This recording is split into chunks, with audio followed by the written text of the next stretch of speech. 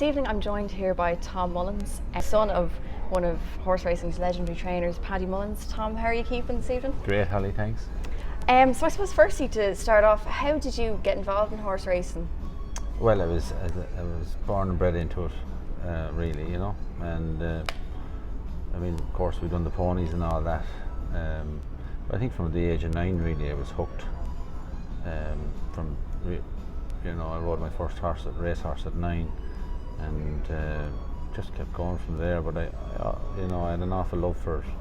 Of course, I fell out of love with it a couple of times too. But I mean, no, I was hooked at a very young age, and I suppose that was it. Obviously, your mum and dad had a huge influence in your love and your involvement in horses, and more specifically race horses. But had they have not, I suppose, had that influence, would you have a different career pathway lined out for yourself? Or well, that's a hard question to answer, really, because that's the situation was that they were into racing and that. So you know, I went to school and all that, and I took up soccer for a long time, and I was speedy enough in the summer with the soccer, but when the ground got soft, I was like the horses, I couldn't move in it. So, and that's when most of the soccer was played that time, and I gave that up. And then I was going along with the racing game all the time, and I took up golf then. I liked the golf an awful lot, still do if I could play it. But that's, I suppose, they were the only two things I ever did outside racing. And you started off as an amateur jockey for a couple of years, and how did that go, and what made you, I suppose, take out your trainer's licence then in the end? Well, looking at Tony, my nearest brother, he's about 3 years older than me. He was a successful amateur before he was a pro, because he was late enough he went pro. And then you had Willie and George, and Sandra did a bit of it too.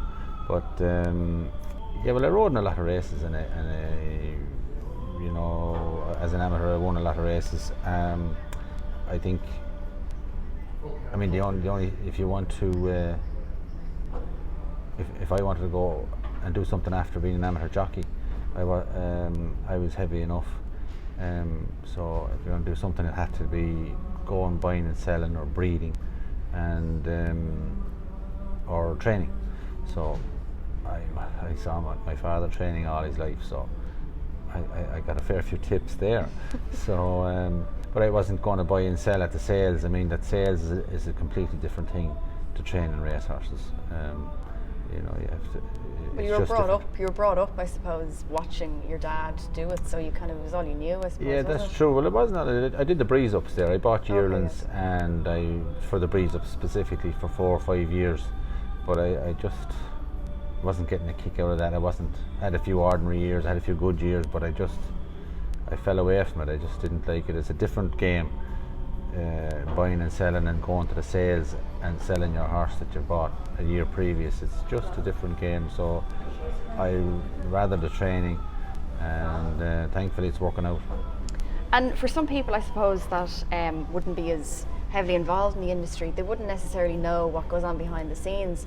So if you could just kind of give us a little insight into, say, you know, day-to-day running of your own yard, or kind of, you know, when it comes to priming horses for not even just the big festivals, but day-to-day, like racing, you know, what's the work that goes on in behind?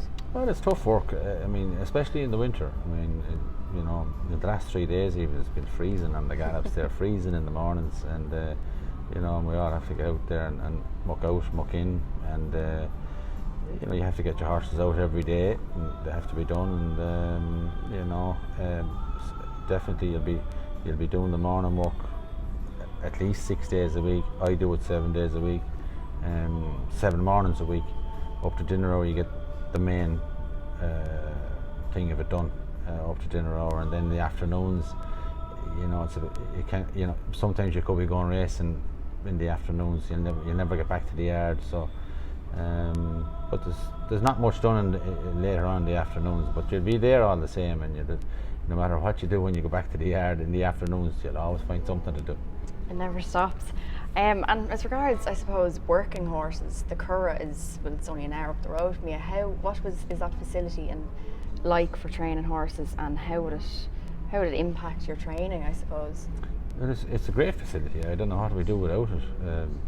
The whole of the country really, because if you want to bring your horse away, you'll have gallops that are professionally done every day of the week, and at least when you're going up there, you can feel safe about the gallops, and they're great gallops. There's grass gallops and sand gallops and wood chip. The new all weather there lately. I know the one. What's the name of the gallop? They put a new name on it. It's beside the Old Vic. I mean, the Curragh is great, because it's great to get your horse when you think he's coming to a race. You think you can step him up. It's great to put him in the old box for an hour, and let him go through the day like a race day. He'll be a race day. He'll be in the box for an hour as well, and it's a great help when they can do that repetitively to get used to it. And then you can gallop in the Curragh, and then you bring him home, and it's a great facility, the Curragh, yeah. And your closest race course is just down the road from me at Gowran Park. What's it like? I suppose it's probably brilliant getting a winner there, so close to you, and does that feeling ever go away of getting a winner on home soil? If you Never, like? No. You might as well give it up if that feeling goes away. Really, you're going to get. Yeah, you mightn't be too far from the grave if you give up that feeling. But no, it's great to get a winner in Gowran. I don't have many runners in Gowran, over the years, and I don't know why. Maybe it's the fixtures are a bit different. But no, it's obviously great to have a winner in Gowran. It's a great track, and there's a golf course there in the middle of it. But I can't get time to play it at the moment. And you've had many outstanding achievements, I suppose, throughout your training career, but a horse in particular I'd love to talk about is Alderwood, who was probably a bit of a stable star for you as well. Definitely, yeah. Oh, Jesus. That was a great day in Cheltenham to win the county hurl. I legged up Tony McCoy, and I never felt as relaxed going up to the stands in my life. Whatever. Of course you would with him on board anyway. When I had him on board, yeah, I don't know what it was. Went up anyway, and then he was travelling really well around the last bend, and then he got murdered. And I said, I threw the binoculars on the ground. I said, he won't come back from that. Jesus, he did, and he won. It was just a magic day in my life, yeah. And what did it feel? Can you try and just put it into words what it felt like going into the winner's enclosure after that? Accomplishment, I'd done it. It was my first winner in Cheltenham, so all the family had done it. So I just felt, job done. I said, yeah, fair play. You need to get up equal with the rest Pat of them. myself on the back. So that's what it felt like, And I suppose bringing it back into the now, could you give us a couple of horses maybe that you have at the moment, and what your plans would be for them coming into the season now, into the winter? Well, I just have a couple of chasers there for JP, Scoremere and Spider Web, and they're going to bag. I hope the two of them bag one big chase between now and the end of the season. I think they should. They're just there right at the weights. They're mature enough now, and they're just there, and if they're lucky at all, they should bag some big chase during the season. And when it comes to your training, do you just take every day as it comes as regards races and winning races, or do you have actual targets set out in a season? Yeah, you'll assess your horse every season as it goes along, and you can, when you know your horse, you can name your targets or set your sights on that target.